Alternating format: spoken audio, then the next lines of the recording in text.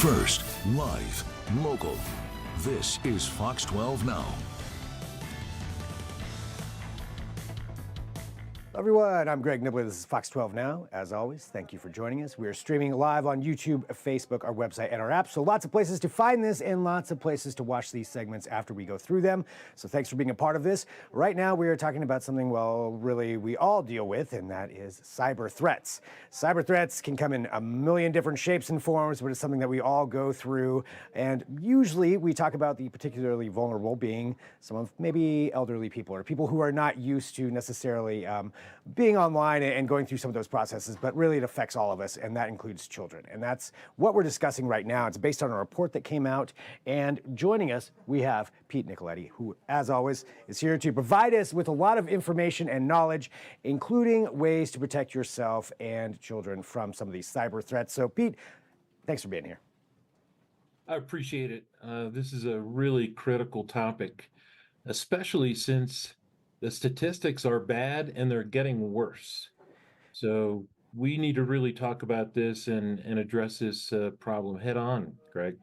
And I know there was a report that came out saying, I believe it was over 70% of children have experienced some form of a cyber threat. Is that right? Yeah, Checkpoint Research recently came out with some new statistics, and it's pretty damning. 72% of our kids either a cyberbullying or a cyber threat. So, it used to just be, kids would see some inappropriate content, all right? And, the parents would have to, deal with, pornography or whatever, but things have escalated, and it's really important that the parents become involved because, hey, listen to some of these stats. If you've got a kid that's LGBTQ, 50% of those have been bullied online. 60% of kids have witnessed it, but they don't say anything about it. They ignore it. Now, here's an unusual one. Girls are likely to be the perpetrators and the victims, right? So there's a little statistic, the boys might be outside playing and the girls might be doing doing something inside that shouldn't be done. Only 1 out of 10 kids tell their parents about an internet issue. And then, the worst part of things is the online predators. 80% of predators are male and 78% of the victims are female. Wow. So some really terrible stats. So, laying that little bit of foundation, I've got lots of ideas and some things that parents can do to help their kids. I mean, I think, as you mentioned, laying that foundation, I mean, that really does cover a lot of different areas there where this could all be coming from, whether it's the kids doing it themselves, to each other, or, perpetrating it to each other, or those outside, predators, that are out there. So that's a lot of different avenues as well for kids to come under attack from these things. So I guess to start off, what are some of the best ways that parents can protect their kids or help protect them from some of these threats? Sure. Well, the first thing you got to do is look at your apps. First off, TikTok should not be on anyone's phone here in the United States. I know it's like crack cocaine and everybody loves TikToks and you see the ads on TV. TikTok is owned by a Chinese company and they spy on everything that you're doing. If you read that end user license agreement that nobody reads, they click and say, yes, I agree to the terms and conditions. Well, it says everything on your phone we can see. So if your kids are logging into banking resources or credit cards or Amazon or whatever, all that information is being sent to China. So no TikTok, period. End of story. Now, here's the other problem, Greg. There's so many new apps out there that are leveraging artificial intelligence. And it makes it super easy to do, blackmail and head fakes where you take somebody's head off and put it on, potentially a new person and then circulate that.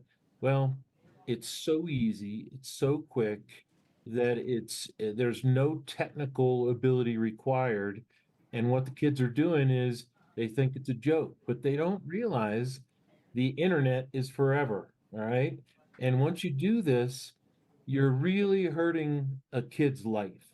There's been multiple cases where kids have had to move away from their school because they were so embarrassed by what had happened.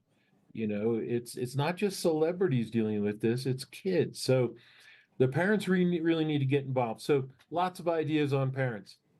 Look at the apps that your kids have. All right. You have to. And you know what? If you're not a cybersecurity expert parent, like some parents are, involve somebody that is, or have an older sibling help out to watch these.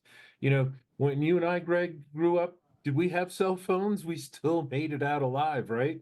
Yeah. But kids these days have cell phones as young as 8 and 7. It's crazy. Personally, if I had new kids, I'd say I think about 16 you get your first cell phone. Until then, you know, deal with it. But anyway, watch the apps that are on phones. All right. Limit screen time. That's another thing. Parents think it's a babysitter, but that's really not the right way to treat the internet. Limit screen time, restrict inappropriate websites. It's super easy with Google profiles. All you do is log in, open up the kid's profile, and restrict pornographic and malicious websites. Click, click, click. I'm gonna I'm gonna send you a document that has all these resources on it for the parents. So if they miss how to do this in this in this TV segment, you're gonna be able to go right to the link. The other thing is pause the internet.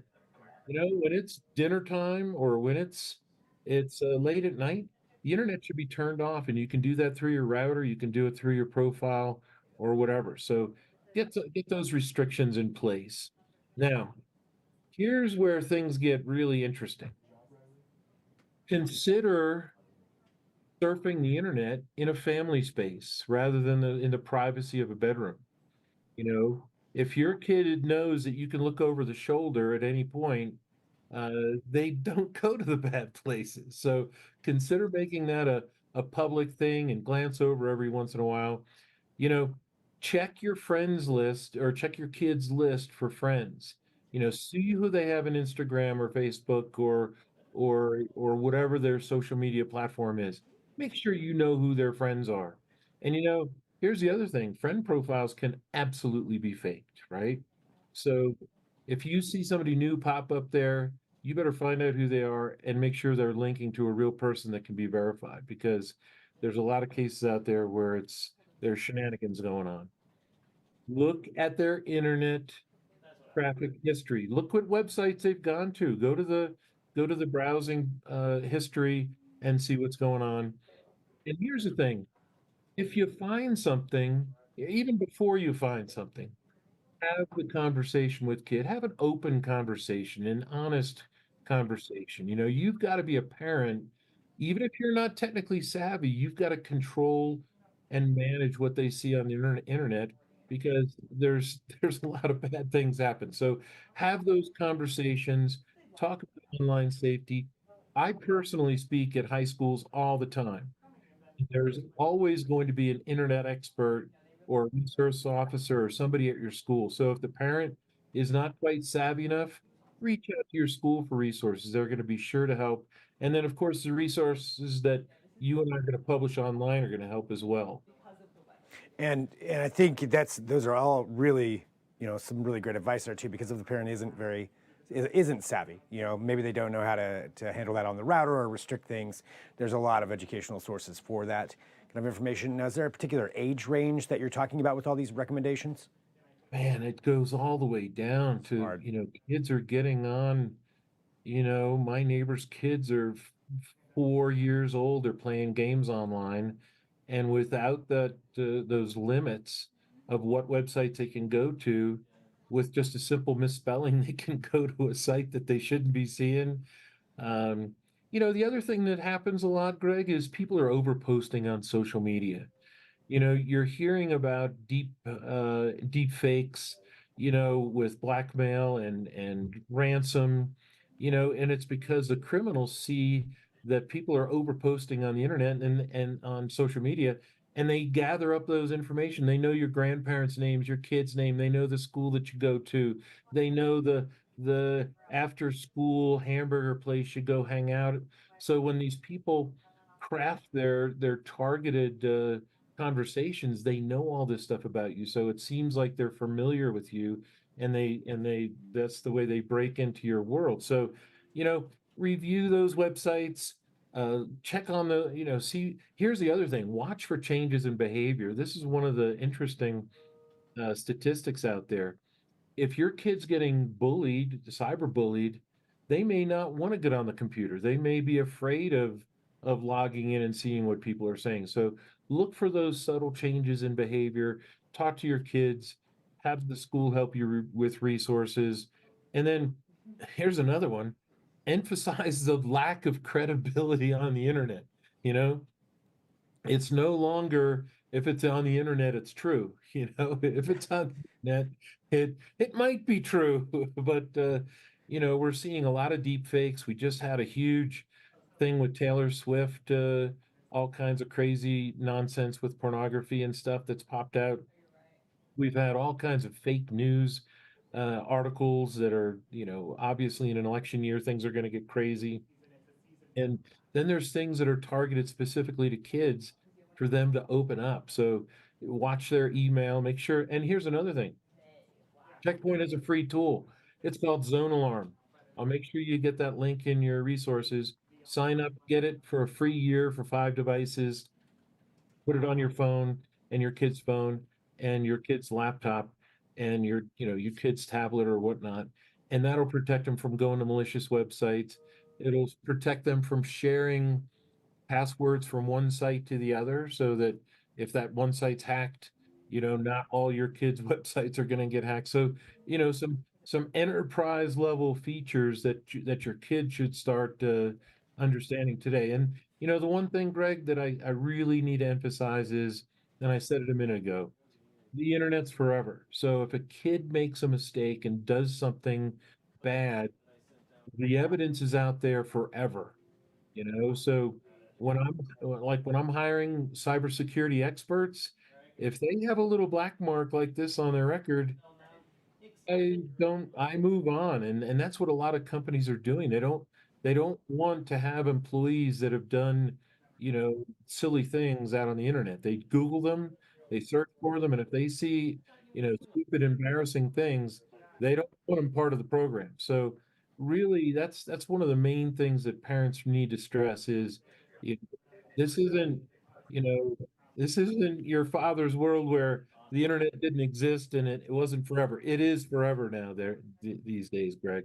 Right. It's out there for that forever, and emphasizing that it is probably is a good thing. Whether they're going to retain that or understand that could be that could be another issue too. But I think that's awesome, good advice. I guess for my final question here too, just unless you have more too that you want to share, because this is awesome, great information. What's the one thing someone can do right now when they're watching this, when they go home to their kids, to help protect them? Talk to your kids. Have a frank and honest conversation about what are the risks, what are the downsides, what are they up to, what are their friends doing, are their friends, having them download an app and play around with it, and have them show you your phone, show the phone, and show the browsing. It should be an open book with parents. The minute that they start saying, well, I'm 15, I don't need to show you that. That's not, as long as you're in the house rules. And the house has to be very, very serious, and it has to have consequences. I've seen parents and kids argue about, accessing their internet history and whatnot. And, parents are going to overlook, you know, the low level stuff, okay? The little chatter between the girls and the boys or whatever, but they're not going to overlook things that are going to get them in trouble, because there's more and more laws coming out. There's now 7 states. I don't think Oregon's yet. They're looking at one where if you do something, sexual with somebody's face and pop it on a nude, you're going to have civil and criminal liabilities. and it's really just not worth it. There's so many other things and so many other resources and so many other fun things you can do on the internet. And if you start doing the embarrassing and the rude and the sexual predator stuff and the cyberbullying, that's just no good for anybody, and it's going to get you kicked out of school, and it's going to affect your job, potential, or getting into college, and nobody wants that. So nip it in the bud. Parents need to be involved, or a cyber savvy friend of the parents, or even an older sibling or a friend. You have to be involved. If you're not involved, you don't know, and when you don't know, bad things can happen. That's great advice right there. That definitely sums it up. So if you're not involved, how are you going to know? And those deepfake laws too. I mean, there are a lot of, as you mentioned, those states that have them, but a lot of places are looking at that as far as how to prosecute and put some punishment attached to doing that. So that's going to be rapidly evolving too, I'm sure, over the next year or so. It is. The tools are free. They're easy to use now. You don't have to be super tech savvy. Um, but the consequences are terrible. Now, you can play around with all kinds of things, and 99% of what you can do is going to be fun, and everybody will get a laugh out of it. But there is a border. There is a Yeah. thick black line where you just don't cross that line, and you have to make sure that your kids know that. And there's examples out there. I'm going to give you the websites to go to, and they're gonna give you these guidance, and and give the parents warning, because they just need to be involved. And that's the problem these days is, and Greg, you started the conversation. Not a lot of parents are tech savvy. you know Being able to see a web browser history, some parents might not be able to do that. So they might have to step up their game a little bit and catch up a little with the kids, because and the kids are super cyber savvy. So wait, here's one for you, Greg.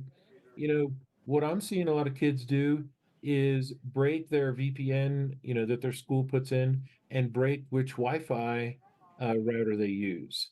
So that has to be locked down as well. The neighbor might have an open Wi-Fi and allow, open browsing, whereas you, as a parent, you're setting down your. Now, I want to talk to that kid in the future, because that's the kind of, hopefully they stay a white hat hacker rather than a black hat hacker, and go to the dark side. I want those smart kids that are getting around the controls, uh, but not doing bad things, of course. Right. But that's one thing that the kids are going to have to, the parents are going to have to see and figure out what Wi-Fi they're using, and control that Wi-Fi.